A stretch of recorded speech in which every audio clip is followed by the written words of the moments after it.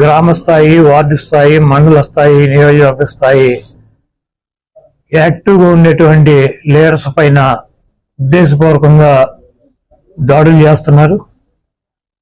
అదేవిధంగా వాళ్ళ ఇళ్ళకెళ్ళి ఇళ్ళు పగలు కొడతాం, కార్లు పగలు కొడతాం, అర్ధరాత్రులు వెళ్ళి వైఎస్ఆర్ కాంగ్రెస్ పార్టీ శ్రేణుల్ని భయపెట్టాలి, ఈ వైఎస్ఆర్ కాంగ్రెస్ పార్టీని డిస్టేజింగ్ చేయాలని చెప్పి పెద్ద ఎత్తున ప్రయత్నాలు చేస్తున్నారు.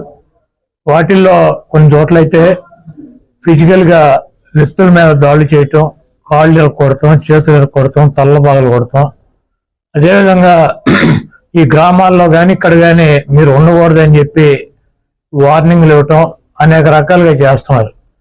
వీటికి ప్రత్యక్ష సాక్షులు పోలీసులు దగ్గర ఉండి వాళ్ళు కొడతాంటే వీళ్ళు చూస్తూ నిలబడి ఎంజాయ్ చేస్తున్నారు.